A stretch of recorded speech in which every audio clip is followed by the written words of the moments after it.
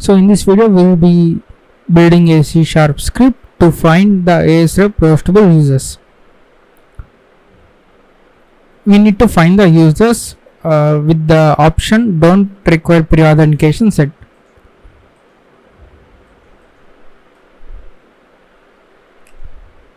If I go to test1 user properties and go to account and scroll down, and here you can see do not require Kerberos pre-authentication. This one is not checked, so that means this user have the Kerberos pre-authentication enabled.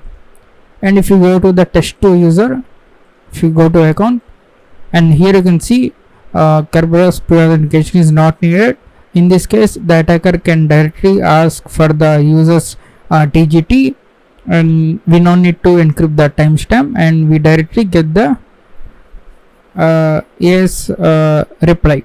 So in that AS reply we will have the user hash. You can try to crack them. So we will be finding these information using the C# script. If you go to properties and go to attribute editor, and here one attribute is user account control, and here you can see this is the number. There are different attributes. Here normal account, and here you can see normal account and don't expire password.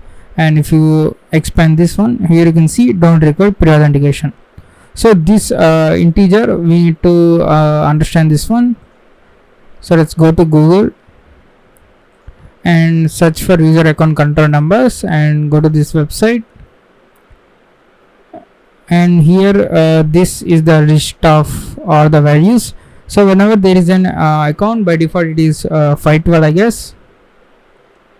512 is for normal account, and then if you add these properties, the value will increase. So you can see normal account is 512, and if the account has another attribute don't expire password set, and you add 512 plus 65536.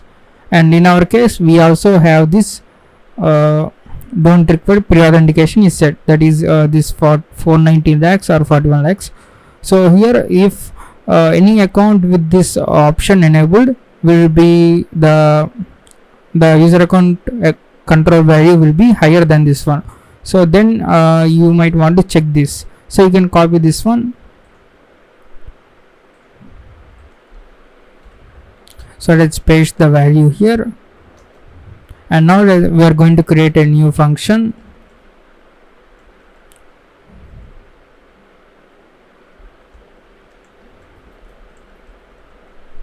Let's say get ASREP roastable. We are not going to pass any command line arguments, function arguments. So what we are going to do is first we will be fetching the forest, fetching all domains. Before that we need to right click on this, add some references, scroll down till you see system dot directory services and directory services dot account management and directory services dot protocols. So check these namespaces and click on OK, and you need to import them here. I have already imported, and the first one we need to get is the forest dot and get current forest. So if you use the get forest, you need to pass the directory context. You need to create an object and pass that. So this get current forest will directly get the current forest. The user is running this script. So get current forest. So I don't know the return type. Let's hover onto this, and you can see the return type is forest object. Let's go and create this forest object, and we have the forest object, and let's say in this f dot domains. So this gives the all the domains. Hover onto this, and the return type is domain collection. Domain collection. Let's say DCs. We can just say domain collection domains, and we need to iterate over these each domains. For we can use for each for each domain, D in domains. So for each and every domain object in this domains collection, we are going to simply print d dot name. So we are just first printing now. Let's build this. We are not calling the function. Let's create an object which is this class 1. C is equals to new class 1. Now you can say C dot get ASREP roastable, and we can also include try block. If there is any exception, we can just simply ignore that. Now let's build this.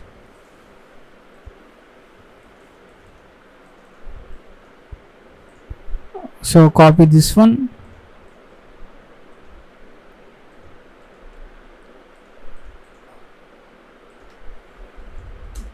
so let's run this, and you can see there is only one domain, that is text69.local.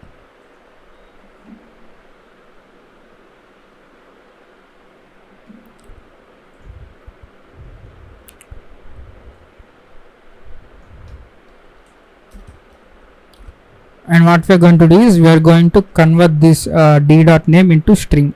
String domain name is equals to d dot name dot toString. So there is a toString function.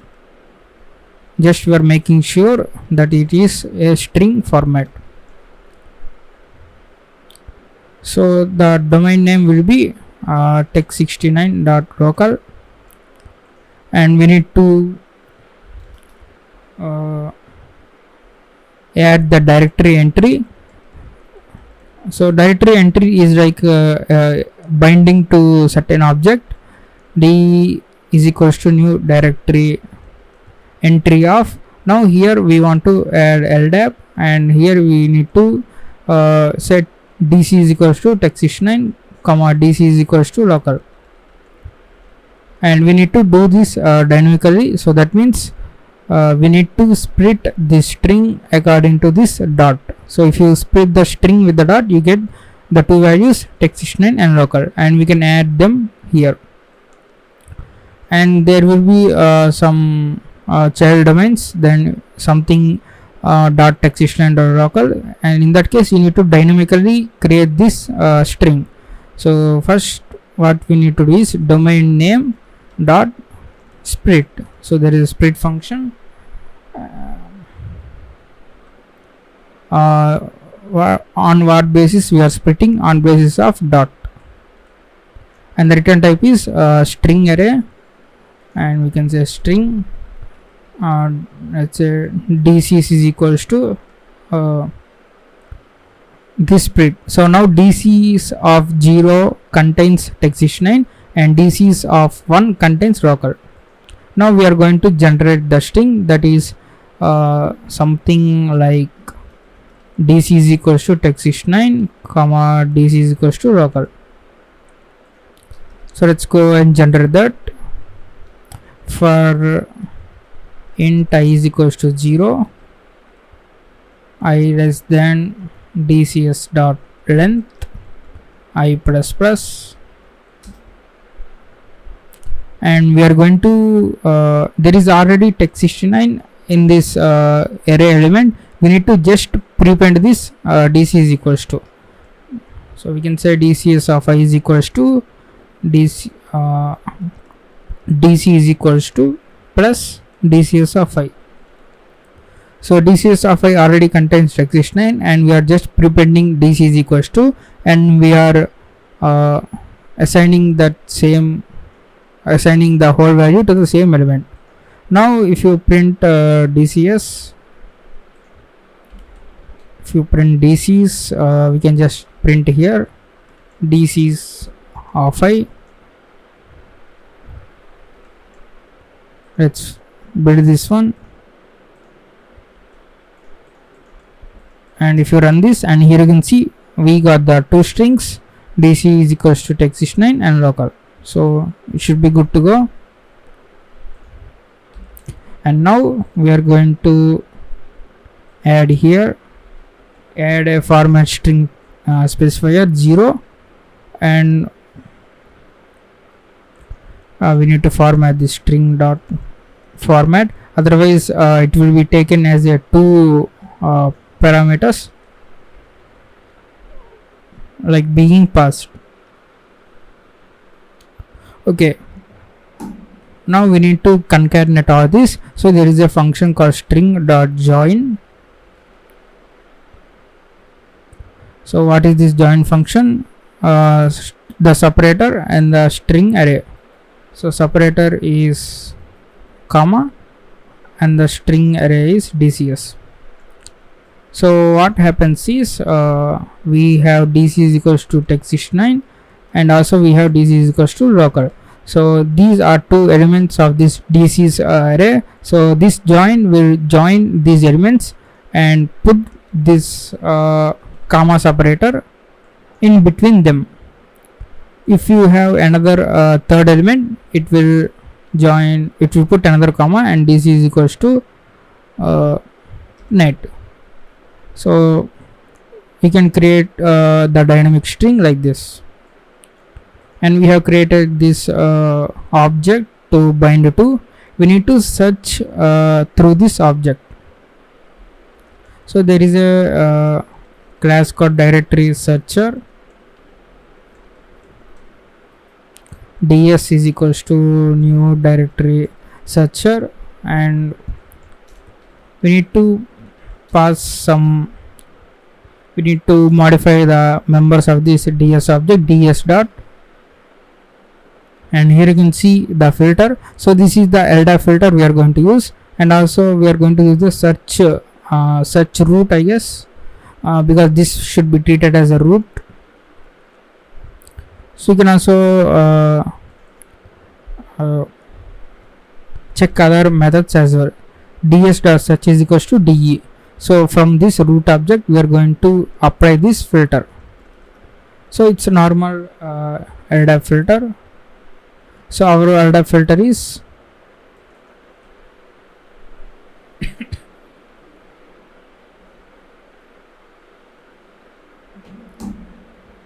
object class is equals to user, and also we don't want computers, so you can say not object class is equals to computer. You can remove this as well, and now what you are going to do is user account control greater than or is equals to this value.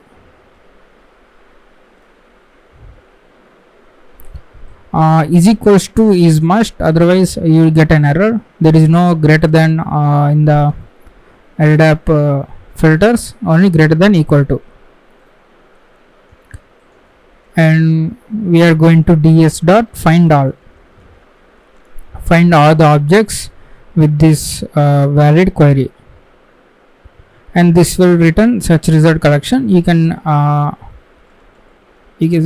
say for each search result sr in ds dot find all. So you are getting all of these objects into this search result. We can say sr dot properties. So the path and the properties, it's like a dictionary. Properties of, here you can display the properties, same account name of 0. So if you print all of these properties, you will get the dictionary. The first one is the type, and this one is the properties of this value. In the similar way, you can say sr dot properties of user account.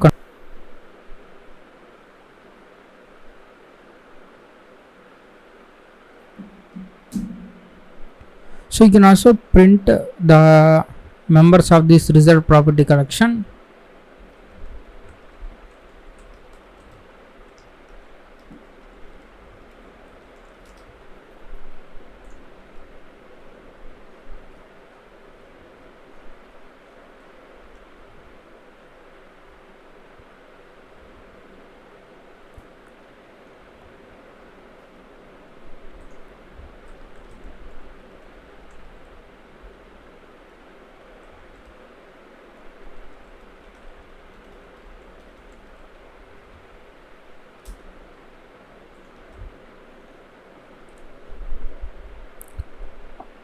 here you can see you can convert this into the dictionary entry, and you can try to enumerate this key value pairs. So this is how it looks like. So you can here you can see the semicode name of 0. So it's gonna print the username.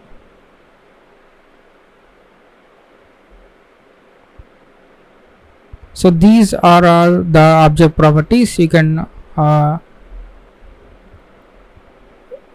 print them as you wish. So we are just printing the semicode name and user account control for now. So let's build this one.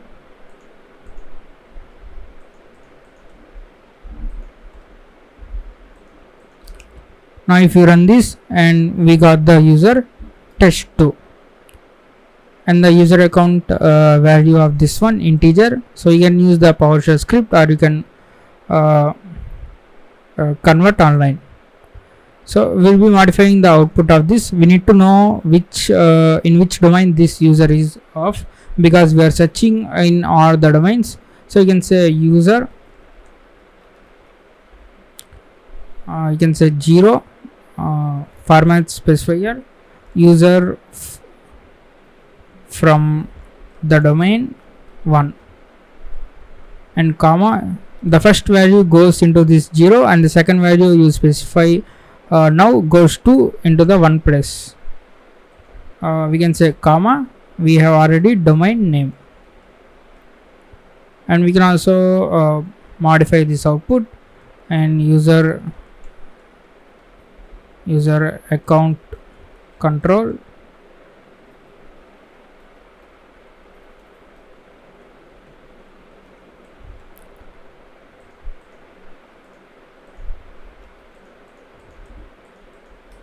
and if you run this, and we can get much more clear output, user test2 from this domain text and logger, and this user account control. So that's how you use the LDAP query. So it's a very simple script. You can modify this filter, and you can search for any other objects as well based on this filter.